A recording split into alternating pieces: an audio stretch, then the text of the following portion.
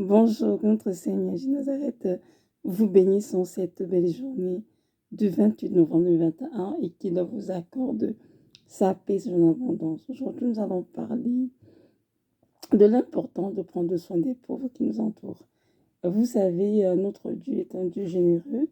Il est notre modèle parfait par excellence et il nous a montré le chemin à suivre. C'est de donner aux pauvres et nous devons y veiller avec une entière persévérance. Il y a beaucoup de personnes démunies qui nous entourent et même dans nos familles respectives, il y en a beaucoup qui sont dans le besoin et c'est important que ceux qui ont puissent penser à ceux qui n'en ont pas.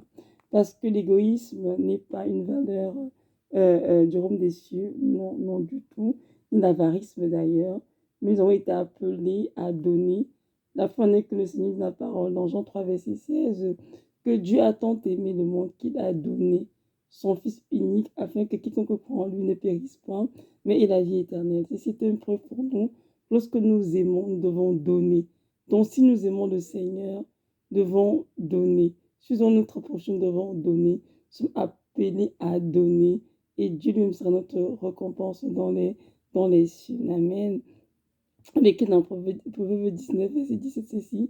Celui qui a pitié du pauvre prête à l'Éternel, qui lui rendra selon son œuvre. Amen. Donc celui qui a pitié du pauvre prête à l'Éternel, qui lui rendra selon son œuvre. Notre Dieu ici montre tout simplement que tout ce que nous donnons aux pauvres, par amour pour lui et pour nos prochains, on le fait pour le Seigneur et non pour l'être humain. Et ce qu'on fait pour le Seigneur, bien sûr, nous sera rendu l'un du nôtre. Et notre Dieu est un Dieu fidèle et juste. Il ne veut pas mentir, suffisant pour se repentir. Nous sommes appelés à veiller sur nos frères et sœurs dans la foi, et même sur les païens qui ont le besoin, et après le besoin selon nos moyens, bien sûr, nous ne pouvons pas donner aux autres que nous n'avons pas. Amen. Nous donnons toujours, nous donnons toujours ce que nous pouvons en fait. Et nous ne devons jamais mépriser ce que nous pouvons donner à quelqu'un. Parce que les besoins sont énormes, ils sont grands, ils sont différents, dépendant des personnes que nous vont rencontrer. Je vais vous relire toujours Proverbe 19-17, une autre version que j'aime bien, c'est beaucoup mieux. Ça dit ceci: celui qui donne aux pauvres donne au Seigneur, et le Seigneur le récompensera. Amen. Donc celui qui donne aux pauvres donne à qui? Au Seigneur, et le Seigneur le récompensera. Mon frère, ma soeur en Christ, est-ce que tu donnes aux pauvres? Lorsque tu auras ta vie de tous les jours, est-ce que tu tends la main aux pauvres? Est-ce que tu prends le temps vraiment de chercher un peu autour de toi pour les aider du mieux que tu peux? Ou bien tu vis ta vie, tu as ton train-train quotidien, tu fais tout ce que tu veux, tout ce que la vie on t'accorde, tu vis heureuse, tu as tout ce dont tu as besoin et tu ne te soucies pas de ceux qui sont dans le besoin autour de toi. J'aimerais te dire qu'une telle attitude va assurément te fermer les portes du ciel. Pourquoi? Parce que Dieu nous a appelés à prendre soin des indigents, et ce depuis l'Ancien Testament. Pour ceux qui lisent l'Ancien Testament, ils verront bien que le Seigneur a toujours exhorté à prendre soin des pauvres, des étrangers qui sont dans notre pays, dans notre maison. Donc nous sommes appelés tous à vraiment prendre soin des pauvres. Et si on dit chacun à son niveau. C'est sûr qu'on peut pouvoir aux besoins de toute la terre entière, ça c'est une vérité. Mais chacun fait ce qu'il peut à son niveau. Et lorsqu'on parle de besoins, pas uniquement l'argent, non. Ça peut être aussi des dons matériels, des dons de ton temps pour aider à faire du ménage chez une maman qui n'a pas la santé, je ne sais pas, mais qui vient d'accoucher. Il a besoin qu'on lui fasse des repas, qu'on lui fasse des repas, qu'on vienne l'aider à laver le linge, par exemple, à faire du ménage. Pourquoi pas? Tu peux dire, Seigneur, je fais d'argent dans ce moment et tout, mais j'ai mon temps à lui donner, à lui accorder, pour lui faire les repas, pour le ménage, prendre soin du bébé, etc. Ça peut être aller dans des hôpitaux et apporter une nouvelle de Christ, évangéliser les malades, les réconforter et leur annoncer le salut du Seigneur. Cela peut être appeler une sœur qui a besoin de prier, prier avec la sœur, l'exhorter, la conseiller selon la vérité biblique. Ça peut être beaucoup de choses. Lorsqu'on lui veut de donner, pas juste donner en termes d'argent forcément, c'est sûr que ceux qui ont l'argent sont appelés à donner, bien sûr, généreusement pour aider ceux qui n'en ont pas. Mais s'ils n'ont pas d'argent, pour donner de tout ce qu'ils ont aussi. Et Dieu reçoit toutes ces offrandes comme de bonne odeur qui est agréable devant son trône. Donc, ne nous limitons pas forcément à l'argent de donner aux pauvres. Nous devons vraiment comprendre que Dieu dit donner de tout. Tout ce que nous pouvons donner, Dieu reçoit cela et il multipliera cela et il sera notre récompense. Amen. J'aimerais juste nous rappeler dans la parabole de l'homme riche de Lazare, l'homme riche est d'un enfer. Ce n'est pas parce qu'il connaissait pas Dieu, mais il ne connaissait pas les lois du Seigneur. C'est parce qu'il avait fermé ses entrailles au pauvre Lazare qui était couché devant sa porte et souffrait des ulcères. Et il mendiait, c'est-à-dire il manquait de quoi se nourrir et il désirait se nourrir des miettes qui était à la table de l'homme riche, et l'homme riche ne voulait même pas lui en donner. Et lorsque l'homme riche est mort, il s'est retrouvé où? En enfer, malheureusement, parce qu'il a fait ses entrailles, euh, euh, euh, comment dirais-je, il a fait ses entrailles au pauvre Lazare. Ceci est un exemple pour nous montrer très bien que nous devons faire attention à comment nous vivons cette et ce que pour notre argent. Pour retenir que l'argent que Dieu nous donne lui appartient. Nous sommes tout simplement des gérants. Mais le propriétaire de nos finances, c'est le Seigneur. Est-ce que Dieu nous bénit avec de l'argent? C'est pas juste pour nous. C'est pour prendre soin de nous, bien sûr. Prendre soin aussi des hommes de nos familles et de tous les pauvres que Dieu amène vers nous. C'est très important de le savoir parce qu'il y a beaucoup de chrétiens qui ont beaucoup d'argent, mais c'est mis à prendre soin juste de leur famille et ils ferment la porte aux autres personnes. Non. Ce sont des comportements qui ont conduit beaucoup en enfer, malheureusement. Et ce n'est pas la volonté du Seigneur. C'est le temps encore pour toi aujourd'hui de te relever, de te corriger et de faire les choses de manière correcte afin que notre Dieu soit glorifié. Un autre verset dans la parole, on dit ensemble, toujours dans le Proverbe d'ailleurs, qui est tout aussi, euh, qui est aussi important. Et ce verset nous montre toujours que nous devons faire vraiment très attention à la fois dont nous vivons sur cette terre parce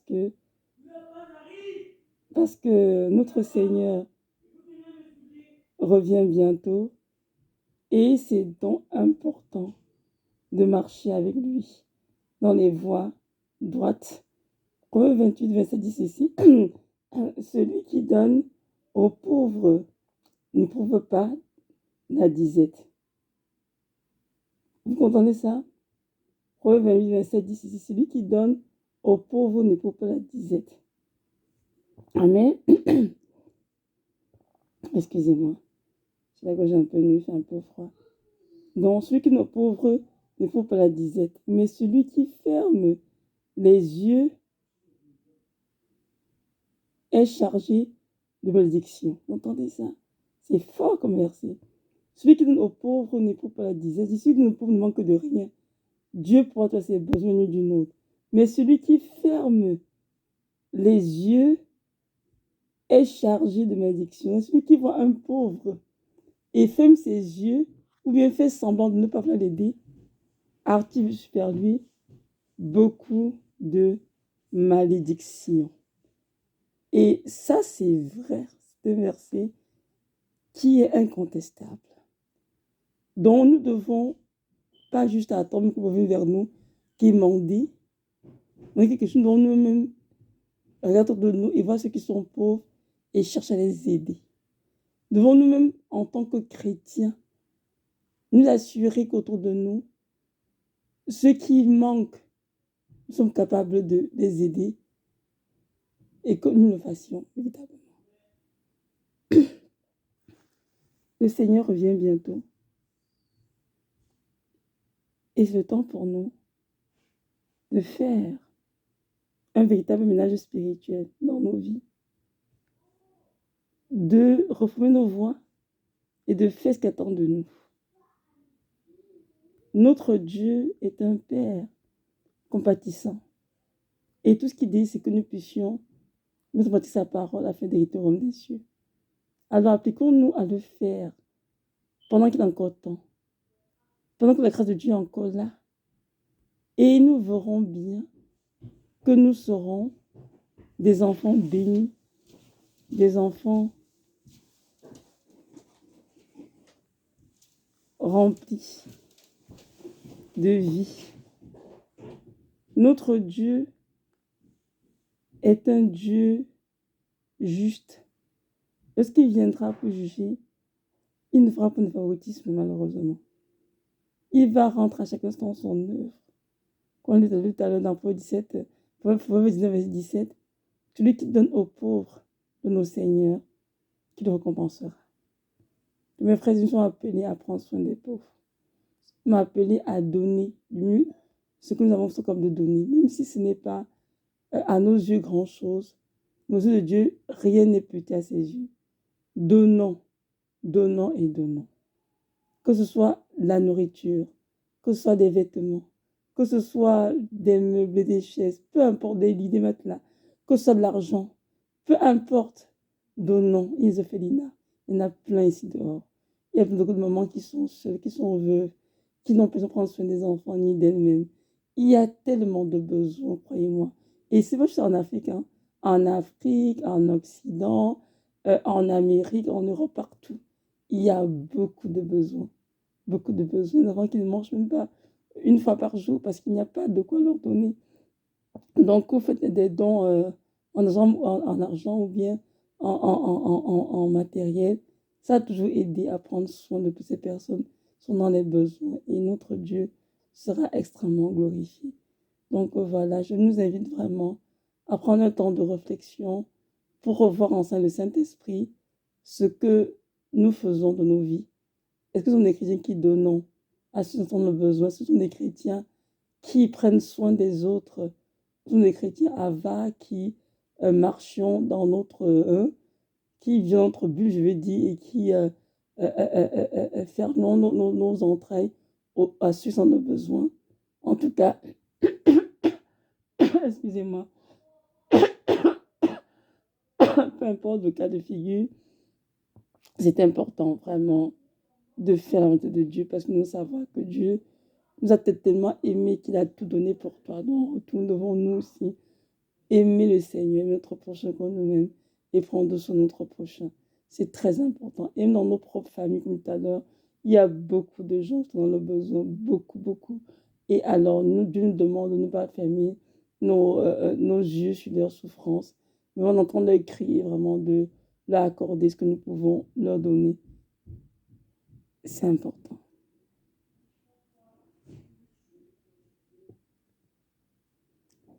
Donc voilà, j'ai eu un rêve en 2013, une vision en fait. Et dans cette vision, il y avait, comment dirais-je, des grandes catastrophes naturelles qui prenaient place. Et je voyais des banques s'effondrer. Je voyais des crèches, des gardés inondés par l'eau. En fait, c'était comme une destruction totale. Et dans le rêve, la scène était tellement effroyable. J'ai dit, Seigneur, mon roi, je ne suis pas sûre que ta venue serait aussi terrible et spectaculaire, Seigneur. Ce que je vois dépasse mon entendement. Dans le rêve, le Seigneur m'a dit, non, mon enfant, ce n'est pas encore ma venue, ce sont les choses qui précèdent ma venue. Il a dit, voilà, vous tous qui avez beaucoup d'argent dans les banques, en placement, c'est une perte totale maintenant. Vous ne ferez rien de cet argent. Je me suis réveillée. En fait, dans le rêve, Dieu me faisait comprendre que lorsqu'on a de l'argent, nous devons aider ceux qui souffrent avec. Parce que nous avons fait des placements par-ci, par-là, a fait des épargnes. ex- des épargnes, on a dit, excessives, ça ne sert de rien. On ne peut pas avoir de l'argent.